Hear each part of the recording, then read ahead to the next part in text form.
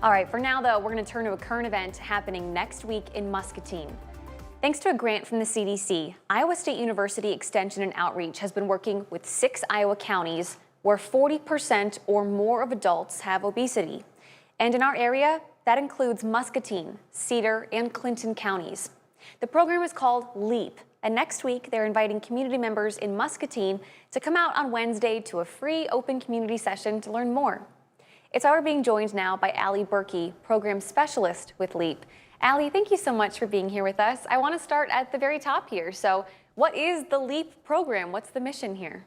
What we're doing is we're working with communities where obesity rates are high, including all of the comorbidities affiliated with it, such as hypertension, heart disease, diabetes, where people face real barriers to healthy food and physical inactivity. And so, like you said, we work across 6 counties in Iowa: Cedar, Clinton, Crawford, Franklin, Muscatine, and West Pottawattamie.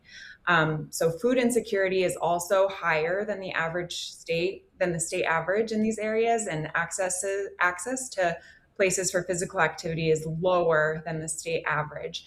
And really, we focus on that this is not about individual choices, but it's more about access. It's about whether or not there is a safe space for a sidewalk so kids can walk to school and people can commute actively to work. It's about where families can buy fresh fruits and vegetables close to home, and whether workplaces, schools, parks, food pantries, and public buildings are set up to support health. And what we really want is build a local capacity and a culture shift, really. So the program might be, to invite folks for a walk on a Wednesday morning, while a PSE change asks, can people safely walk every Wednesday morning after that?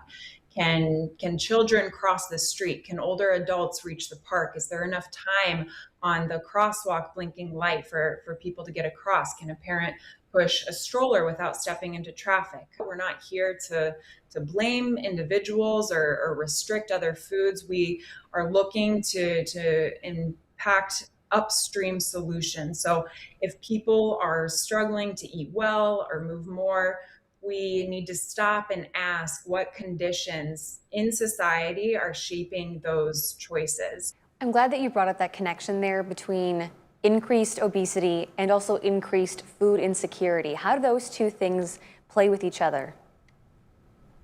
Yeah, so in rural America, we see what are a lot of food deserts. And so that means it's not so simple to go to the grocery store to pick up produce, fruits, and veggies.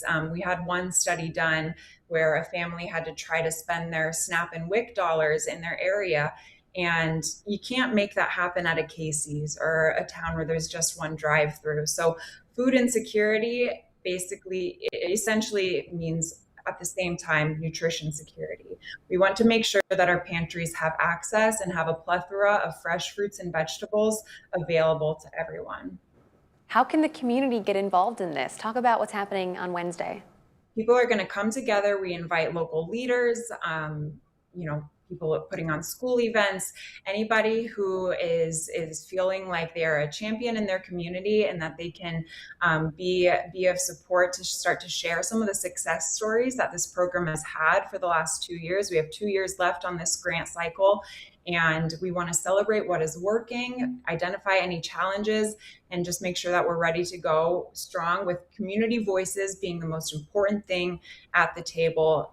This program is not meant to be prescribed to a town or a county. We're supposed to work together and really make it a collective effort. All of this is based on collaborative work, and really we are so much stronger together, and we move at the speed of the partnerships. And that's why it's so important to bring the schools, to bring industry, to bring local parks and rec, transportation, planning, everyone together at the same table to move the needle a little more towards making the healthy choice the easy choice. So if people want to come out to the mapping event 1 week from today, next Wednesday, what time is it? Where is it at? So we will be at the public library, at the Musser Public Library in Muscatine, downtown, heart of downtown.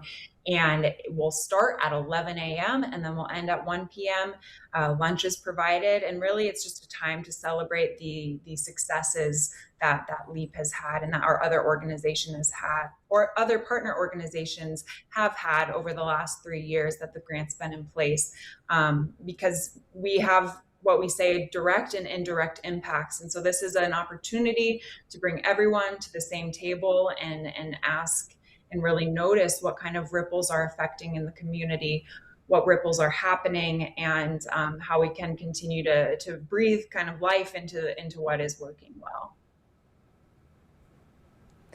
It's been really fascinating to watch this grant play out over the last few years, and we're excited to see where it goes over the next 2 as well. Allie, thank you so much for your time today and for joining us.